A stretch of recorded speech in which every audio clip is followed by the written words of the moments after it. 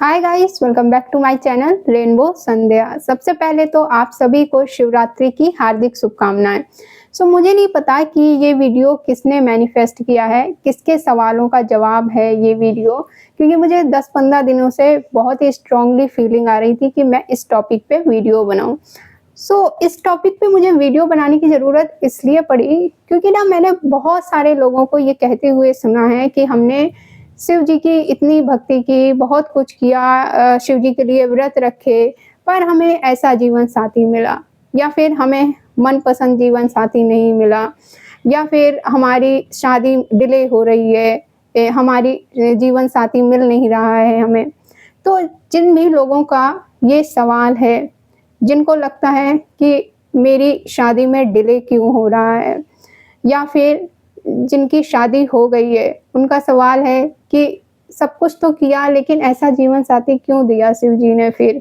या फिर जिन लोगों को उनका मनपसंद जीवन साथी नहीं मिला है। तो इन सभी कुछ सवालों का जवाब आपको इस वीडियो में मिलने वाला है। तो अगर आप शिव जी की भक्ति कर रहे हैं, तो शिव जी को प्राप्त करना इतना आसान है नहीं। सबसे पहली बात तो ये है, क्योंकि शिव जी के साथ शिव जी का विष भी आता है। लेकिन हम ह्यूमंस की ये ना टेंडेंसी होती है, हमारा ह्यूमंस का ये नेचर होता है कि भगवान हो या इंसान हो, कोई भी चीज़ हो, हमें अच्छी चीज़ ही नज़र आती है। हमें अच्छी चीज़ें चाहिए, हमें अपने जीवन साथी में अच्छी क्वालिटीज़ चाहिए, हमें खुशियाँ चाहिए। लेकिन जब शिव जी के विष के हिस्से की बात आती है, तो हमें वो नहीं चाहिए। मतलब कि हमें पेशेंस नहीं चाहिए, हमें सफ़रिंग नहीं चाहिए। पर क्यों नहीं चाहिए? अब बात करते हैं केसेस की, जो मैंने स्टार्टिंग में आपको बताए थे।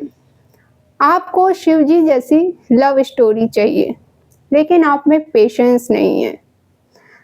आपने माँ पार्वती को देखा था, कितने सालों तक उन्होंने तपस्या की थी, तब जाकर शिव जी उनको प्राप्त हुए थे।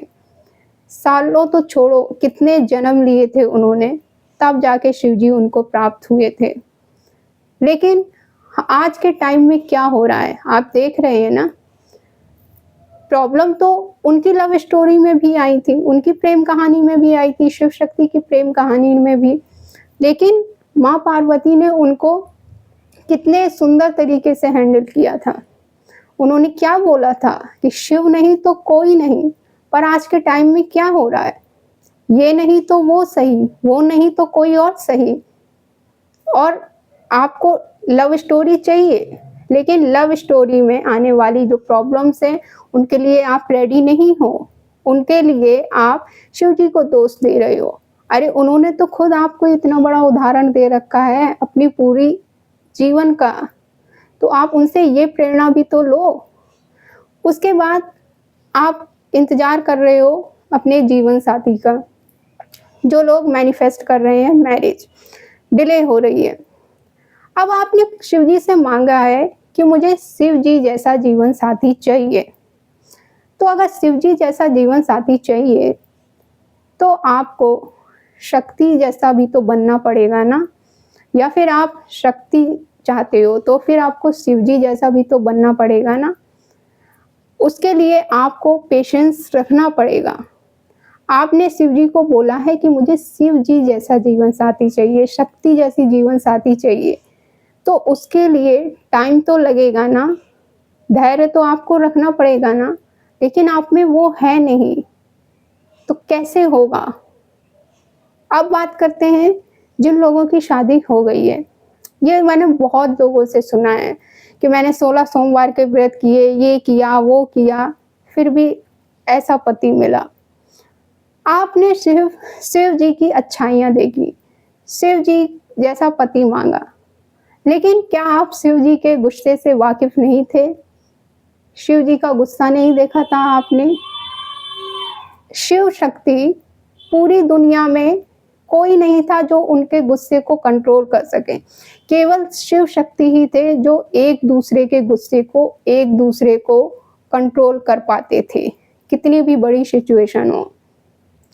तो अगर आपको ऐसा जीवन साथी शिव, आप जैसा मांगोगे शिव जी आपको वैसा ही देंगे। वो बहुत भोले हैं। लेकिन आप सिर्फ अच्छाइयाँ देखते हो।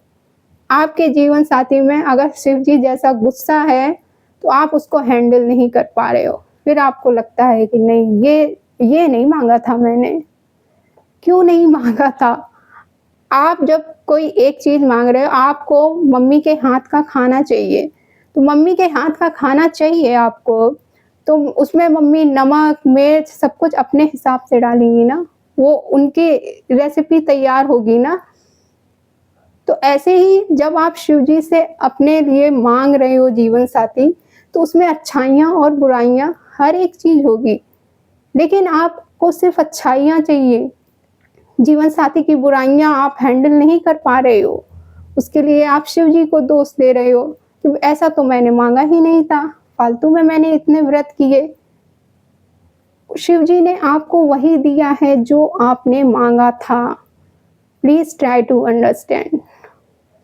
अब हम बात करते हैं जिन लोगों की लाइफ में प्रॉब्लम चल रही है, या फिर बहुत सारे ऐसे लोग हैं जिनके जो मनपसंद जीवन साथी नहीं मिला। आप किसी को पसंद करते थे, उसके लिए आपने क्या कुछ नहीं किया। मंदिर जाना स्टार्ट किया, व्रत किए, उपवास किया, शिव जी की हद से ज़्यादा भक्ति की, लेकिन वो इंसान फिर भी आपको नहीं मिला। उस इंसान के साथ आपकी चीज़ें प्रोग्रेस नहीं हो पाई। देन आप शिव जी से नाराज़ हो गए कि शिव जी ने ऐसा क्यों किया, मैंने इतना सब कुछ किया। लेकिन वो इंसान आया था आपको शिव जी से जोड़ने।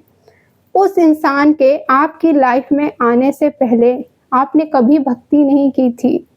वो इंसान एक ज़रिया बना आपके लिए शिव जी से जुड़ने का। तो आपको रिग्रेट होना चाहिए उस इंसान के लिए, या आपको ग्रेटफुल होना चाहिए कि आपने शिव जी को पा लिया उस इंसान के थ्रू। तो आप जब शिव जी की भक्ति की तरफ कदम बढ़ा रहे हो, शिव जी की तरफ आप अपना कदम बढ़ा रहे हो, तो आप दोनों ही चीज़ों के लिए आपको तैयार होना पड़ेगा। अब स्टार्टिंग में आपको ऐसा लगेगा, इनिशियली हमें ऐसा लगता है कि हमें बहुत सफ़र करना पड़ रहा है, सहना पड़ रहा है।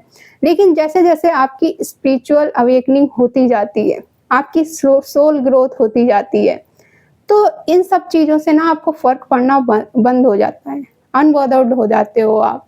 क्योंकि आप ये समझ लेते हो कि कुछ भी परमानेंट नहीं है। आपकी लाइफ में आ रहा हर एक इंसान भगवान से जोड़ने के लिए ही आपको आ रहा है, फिर चाहे वो आपके साथ रहे या फिर आपके साथ ना रहे। हर एक इंसान का पर्पस जो है वो भगवान से जोड़ने का है। जब आपको ये रियलाइज़ हो जाता है, तो फिर आप अपने दुखों से, कितने भी बड़े दुख आ जाएँ, कितनी भी प्रॉब्लम्स आ जाएँ, ईज़िली सारी चीज़ों से बाहर निकल जाते हो। क्योंकि आप समझ जाते हो कि सुख-दुख, हँसी, आँसू, अच्छा-बुरा, न्यूट्रल हो जाते हो इन सब चीज़ों के लिए आप। हर एक चीज़ में आप खुश रहना सीख लेते हो। सो मोरल ऑफ द स्टोरी ये है कि शिव जी की भक्ति करो, लेकिन उनके विश से मत डरो, सफ़रिंग से मत डरो। शिव जी के जो अच्छाई है, जो बुराई है, दोनों ही चीज़ों के लिए तैयार हो। बुराई का मतलब लोग गलत वे में ले लेते हैं। मतलब कि अगर कुछ अच्छी चीज़ें हैं, तो उसमें कुछ कमियाँ भी तो होंगी ना। आप भक्ति कर रहे हो, भक्ति की शुरुआत ही होती है प्रॉब्लम से। क्योंकि जब आप भक्ति करना स्टार्ट करते हो ना, शिव जी की भक्ति हो या किसी की भी भक्ति हो, तो आपके जो कर्मास होते हैं, वो बहुत जल्दी कट होना स्टार्ट हो जाते हैं। दैट्स वाई आपकी लाइफ में जब भी आप भक्ति करना स्टार्ट करते हो, तो आपकी लाइफ में प्रॉब्लम पे प्रॉब्लम आने लगती है। इसीलिए लोग बोलते हैं कि जो लोग पूजा पाठ ज़्यादा करते हैं, वो लोग ज़्यादा दुखी रहते हैं। दुखी नहीं रहते हैं, वो लोग ईज़िली निकलना भी सीख जाते हैं। जो लोग बोलते हैं ना कि बहुत ज़्यादा दुखी रहते हैं, उनको वो फिर दुःख नहीं लगता है।